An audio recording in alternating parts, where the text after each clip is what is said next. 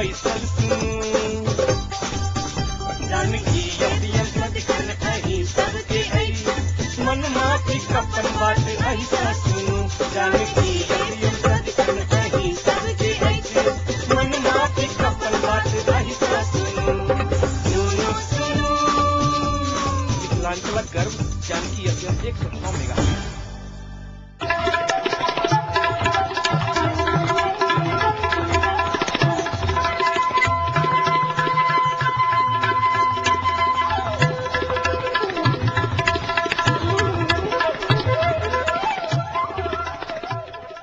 नमस्कार, Janaki FM 106 megahertz Janaki समाचार में अपने के स्वागत है। जैसे सुनल जाओ समाचार।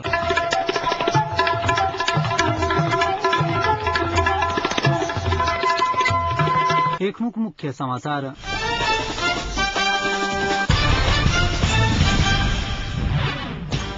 देश के लिए सेरेमोनियल किंग के आवश्यकता रहल पूर्व प्रधान सेनापति कटवाला कहब भारत के प्रधान शत्रु घोषणा करक प्रस्ताव नहीं आयल माओवादी के उपाध्यक्ष प्रकाशक दावा विदेश भ्रमण से राजनीतिक गतिरोध अंत करे में कोनो असर नहीं पहुंचत प्रधानमंत्री नेपालक कहब हत्या घटना में संलग्न 6 गोटे धनसा पुलिस द्वारा सार्वजनिक।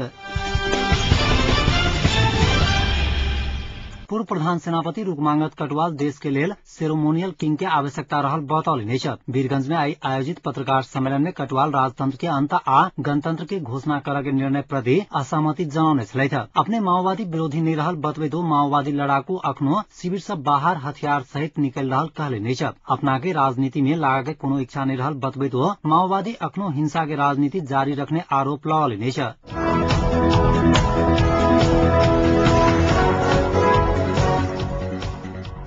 संविधान सभा के म्याद थपला 6 महीना पहुंचल अवसर में युवा दबाव अभियान आई काठमांडू में 6 से 1 गोटे सहितक उल्टा यात्रा कैल गई। दबावमूलक सांकेतिक विरोध स्वरूप संविधान भवन बानेश्वर स्थित पश्चिम गेट से शुरू भेल उल्टा यात्रा सिंह दरबारक पश्चिम गेट लगक हनुमान स्थान में पहुंच कर सम्पन्न भेल छल। दल सब मुंह से शांति सहमति आ संविधान की बात कर रहल मुदा सत्ता केंद्रित राजनीति कर के विरोधाभास से व्यवहार देखौला से 6 से 1 गोटे के जमा कर उल्टा यात्रा कैल गेल संयोजक अजय शिवाकोटी जानकारी देले छ।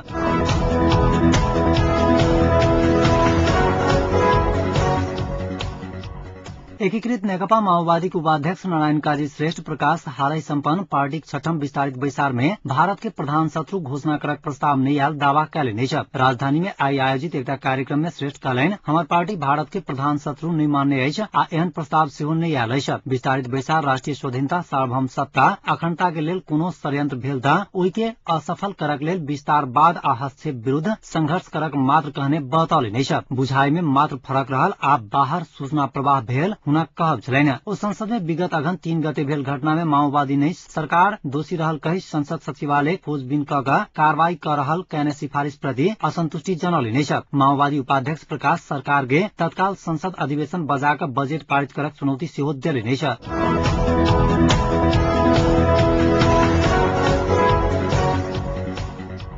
प्रधानमंत्री माधव कुमार नेपाल अपन विदेश भ्रमण से राजनीतिक गतिरोध अंत करे में कोनो असर नहीं पहुंचत बतौले छ। एशियाली राजनीतिक दल सभक संगठन आईकैप के 14वीं सम्मेलन में भाग लेवा कम्बोडिया जाय से आगू त्रिभुवन अंतर्राष्ट्रीय विमानस्थल में संचार कर्मी सबसे बातचीत करैत प्रधानमंत्री नेपाल राजनीतिक गतिरोध शीर्ष नेता सभक बैसार से निष्कर्ष में पहुंचावा के रहला से अपन भ्रमण से एहि में कोनो असर नहीं पड़त कहले छ। ओ कहलनि जे हमर आवश्यकता पड़त त हम भ्रमण छोड़ कर पहिने ही आबि जायब। दल सब बीच राजनीतिक सहमति भेला के बाद मात्र संसद के हिउँदे अधिवेशन बजाल जात हुनक कहब छलैन। एशियाक राजनीतिक दल सब सदस्य रहल ओहि संस्था के प्रधानमंत्री नेपाल अस्थायी सदस्य छथि। एहि बेरक सम्मेलन में एशियाक सरकार प्रमुख सबके सेहो आमंत्रण कयल गेल छ। प्रधानमंत्री नेपालक संगे ओहि महासभा के मालदीव्स के राष्ट्रपति मोहम्मद नासिद, मलेशिया के प्रधानमंत्री दातो श्री मोहम्मद नाजिब बिन तुन हाजी अब्दुल रजाक, श्रीलंका के प्रधानमंत्री देश नायक मोदियान से लागे जयरत्ने सहितक संबोधन करबाक कार्यक्रम रहल छ। प्रधानमंत्री नेपाल के अघन 24 गते स्वदेश घुरबाक कार्यक्रम रहल छ।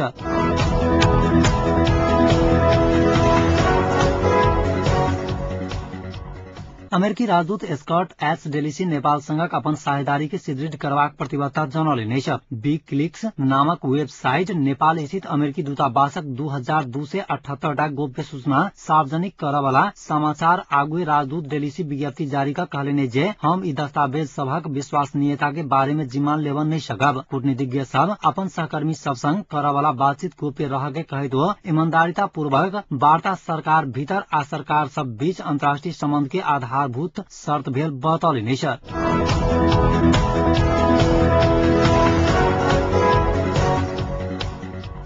राष्ट्रपति डाक्टर रामवरण यादव कहले जे शांति भेला से मात्र आर्थिक क्रांति संभव होब सकत। ओ शांति प्रक्रिया के तार्किक निष्कर्ष में पहुंचाव लेल 27 राजनीतिक दल आ 6 से 1 सभासद के आग्रह कैले छ। आई नवलपरासी के परासी में भेल औद्योगिक व्यापार मेला 2067 के उद्घाटन करैत ओहन आग्रह कैले छ। जनता के इच्छा देश में शांति स्थापना रहल कहे तो जनता के जन आंदोलन 2062-63 में देने बलिदान के कदर करैत दल आ सभासद से जते जल्दी होए समुद्र मंथन कऽ शांति स्थापना करू आ संस्थागत कर कहने छलै था। शांति प्रति चिंता व्यक्त करे देश के संक्रमण काल में निर्णायक समय में संविधान निर्माण तरफ सक्रिय होबा दल आ सभासद सबसे आग्रह करे तो कहलन आम नेपाल से सब दिन के लेल हथियार के राजनीति समाप्त कर पड़त। पिछला दिन में जनता देने बलिदानी प्रति दलक नेतृत्व सब संवेदनशील नहीं भेला से 2007 आ 2047 साल में शांति आ लोकतंत्र संस्थागत हो नहीं सकल कहे तो पुनः जनता के बलिदानी लोकतांत्रिक गणतंत्र संस्थागत कर तरफ ध्यान आकर्षण करौले छ।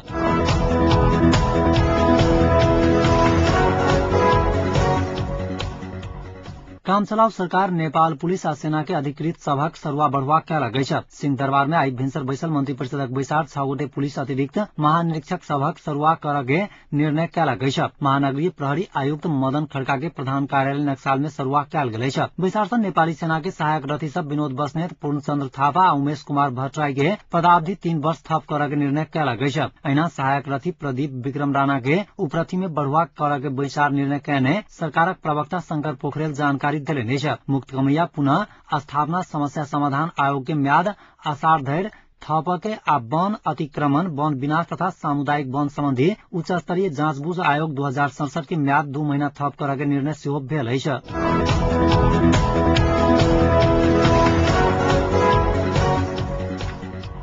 हत्याक दूटा अलग अलग घटना में संलग्न 6 गोटे के धनुषा पुलिस आज सार्वजनिक कैल गई छ। कार्तिक 11 गते हत्या भेल जिला शिक्षा कार्यालय महोत्तरीक शाखा अधिकृत लाल किशोर झा के हत्या में संलग्न 2 गोटे के जिला प्रहरी कार्यालय धनुषा आज पत्रकार सम्मेलन कर सार्वजनिक कैल गई छ। झा के हत्या में संलग्न जनकपुर नगरपालिका वार्ड नंबर 7 30 वर्षीय बिजुली सिंह कहाय वाला राकेश पांडे आ रकी कहनिहार 25 वर्षीय शिव कुमार ठाकुर के पुलिस आज सार्वजनिक कैल गई छ। एसपी दिनेश अमात्य के अनुसार ठाकुर अधिकृत झा ऊपर गोली चलाउने अनुसंधान से पता लागल छ। झा के हत्या में संलग्न मुख्य योजनाकार अखन फरार रहल आ जल्दी पुलिस के गिरफ्त में आबि जायत एसपी अमात्य बतौले छ। झा के कार्तिक 11 गते अपन डेरा से ऑफिस जाइत काल अज्ञात समूह जानकी नगर में गोली प्रहार कर हत्या कैने छल। पेट में एकटा गोली लागि गंभीर घायल भेल झा के काठमांडू में इलाज के क्रम में मृत्यु भेल रहेक। एहि बीच सामूहिक बलात्कार क हत्या करक आरोप में पुलिस आज 4 गोटे के सार्वजनिक कैल गई छ। पुष्पलपुर 2 के इंद्रदेव महतो, भरत महतो, बलदेव महतो आ विजय कुमार महतो द्वारा अघन 10 गते साँझ में दिगंबरपुर गाविस वार्ड नंबर 3 कमफुला देवी महतो के सामूहिक बलात्कार का हत्या कैल गेल रहेक।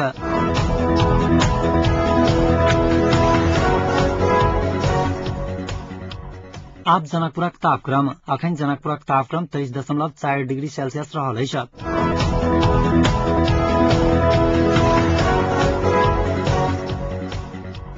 अंत में पुनः एक बेर मुख्य समाचार।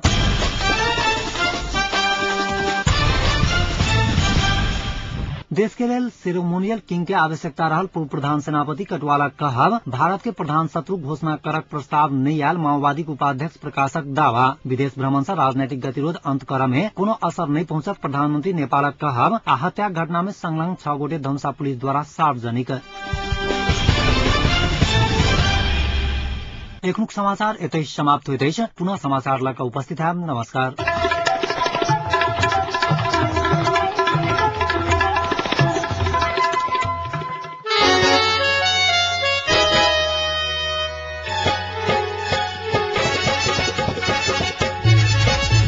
समाज के सबके जोड़ के